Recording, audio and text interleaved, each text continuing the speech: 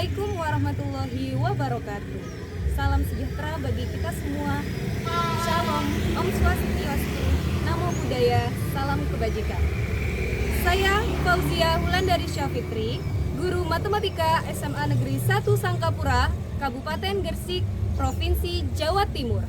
Pada kesempatan kali ini mengikuti penghargaan GTK oleh Dirjen GTKPG Kemendikdasmen pada jenis penghargaan apresiasi dan kategori guru transformatif. Sependek pengalaman saya sebagai guru matematika, matematika dilabeli sebagai pelajaran yang sulit. Saya khawatir label ini akhirnya menjadi sebuah budaya, sehingga anak yang menyukai matematika merasa salah hanya karena budaya mengatakan bahwa dia tidak perlu menyukai matematika. Jadi, pembelajaran yang menyenangkan menjadi penting untuk diterapkan. Saya seringkali menerapkan pembelajaran matematika yang menyenangkan, yang saya beri nama Fantastic Mathematics. Berikut ini Fantastic Mathematics yang saya terapkan yaitu sebagai berikut.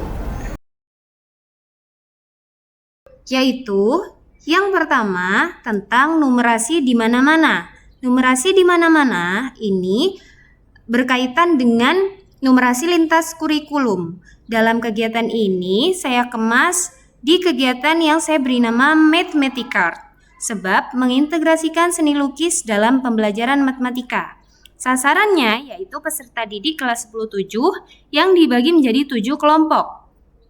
Materinya yaitu persamaan kuadrat yang mencakup definisi persamaan kuadrat, menyelesaikan persamaan kuadrat, rumus jumlah dan hasil kali persamaan kuadrat, diskriminan persamaan kuadrat, serta menyusun persamaan kuadrat.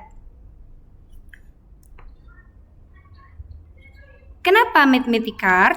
Yaitu karena saya ingin memfasilitasi murid yang memiliki bakat menggambar atau melukis. Lalu juga sebagai sarana refreshing murid sebab terdapat banyak sekali tujuan pembelajaran yang harus dicapai pada bab persamaan dan fungsi kuadrat.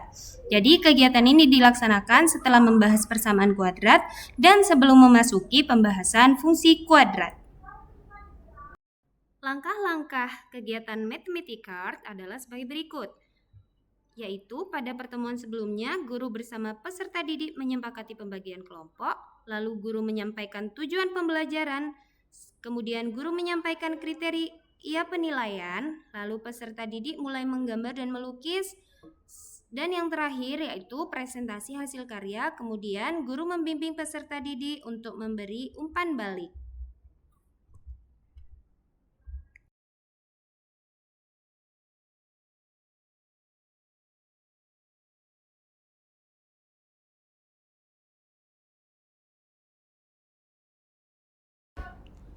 Berikut ini umpan balik kegiatan Mathematicart dari beberapa siswa kelas 10-7.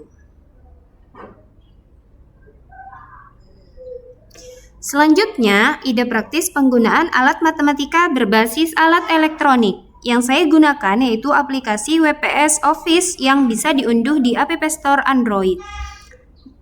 Pada kegiatan ini, saya lakukan di materi menggambar diagram pencar kelas 11.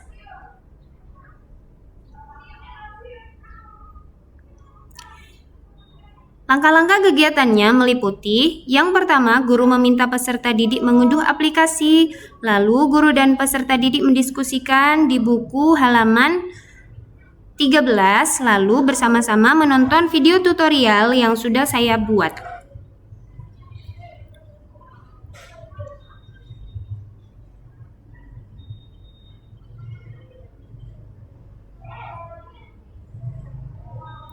Berikut ini adalah dokumentasi hasil pembelajaran peserta didik menggunakan alat elektronik dalam menggambar diagram pencar. Assalamualaikum warahmatullahi wabarakatuh. Berikut ini cara membuat diagram pencar di WPS Office. Kita buka dulu WPS Office-nya, lalu klik buat. Selanjutnya, umpan balik dari siswa tentang pembelajaran membuat diagram pencar dengan menggunakan aplikasi WPS Office.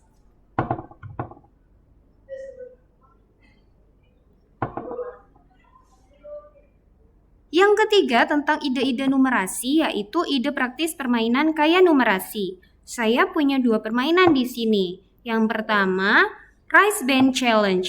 Rice Band Challenge adalah permainan saling menemukan.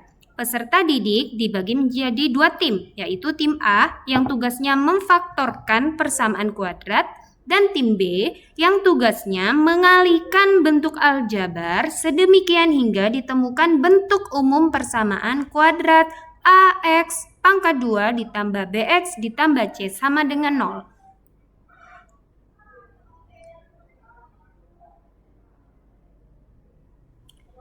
Langkah-langkah kegiatan Rice Band Challenge adalah sebagai berikut.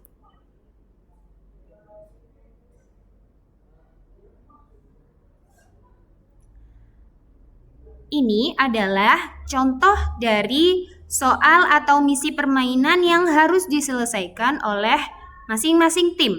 Sedangkan di bagian sebelah kanan ini terdapat kunci jawaban. Jadi Taufik itu nanti berpasangan dengan Arul, Hairil berpasangan dengan Sainal, dan seterusnya.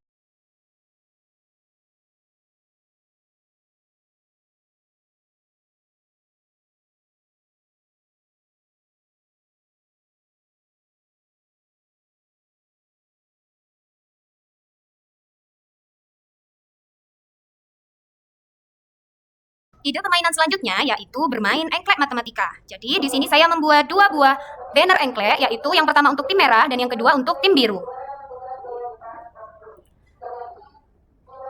Kelas saya bagi menjadi 2 tim, yaitu tim merah dan tim biru, di mana masing-masing tim mempunyai wasit. Nanti wasit sebagai imbalannya saya beri nilai maksimal yang sama dengan kelompok yang menang.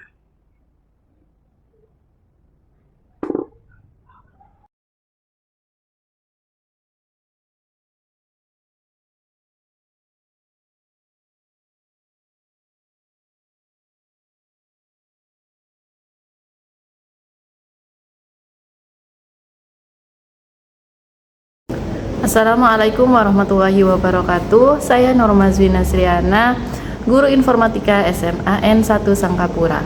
Pada kesempatan kali ini, saya ingin menyampaikan umpan balik pembelajaran yang dilaksanakan Bu Wulan. Pembelajaran yang beliau laksanakan dapat membuat murid terlihat lebih aktif, yang terlibat tidak hanya anak yang pintar-pintar saja. Namun hal lain yang tidak kalah penting untuk diperhatikan oleh Bu Wulan adalah kebermaknaan pembelajaran, sehingga siswa tidak hanya mendapat senangnya saja, tetapi juga dapat maknanya. Demikian umpan balik dari saya, kurang lebihnya saya ucapkan mohon maaf dan terima kasih.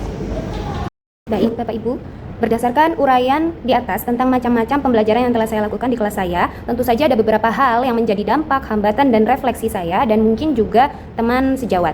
Dampak yang siswa rasakan mungkin rasanya terlihat menyenangkan di permukaan, tetapi hal ini kerap menjadi pertanyaan bagi saya. Jika dilihat dari sudut pandang prinsip pembelajaran mendalam, yaitu berkesadaran, bermakna, dan menggembirakan, maka pembelajaran di atas sudah memenuhi prinsip menggembirakan dan berkesadaran. Tapi bagaimana dengan kebermaknaan? Apakah pembelajaran ini bermakna? Apa saja sih indikator ketercapaian prinsip bermakna pada pembelajaran mendalam ini? Hal ini yang sampai saat ini masih saya renungkan dan saya ingin sekali menemukan jawabannya. Selanjutnya tentang hambatan. Hambatan yang saya temukan dalam proses pembelajaran saya, terutama pembelajaran berbasis elektronik, yaitu beberapa siswa tidak memiliki kuota internet. Solusi yang dapat saya tawarkan sementara waktu yaitu memberikan hotspot kepada siswa atau tethering kepada siswa melalui modem pribadi saya.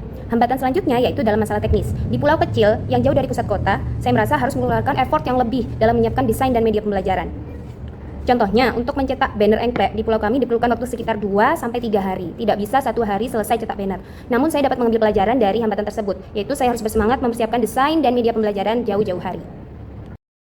Secara keseluruhan, satu hal yang selalu menjadi pertanyaan saya setiap kali saya merefleksikan pembelajaran yang sudah saya lakukan dengan murid saya, yaitu bagaimana jika saya mengajar tetapi murid saya tidak belajar.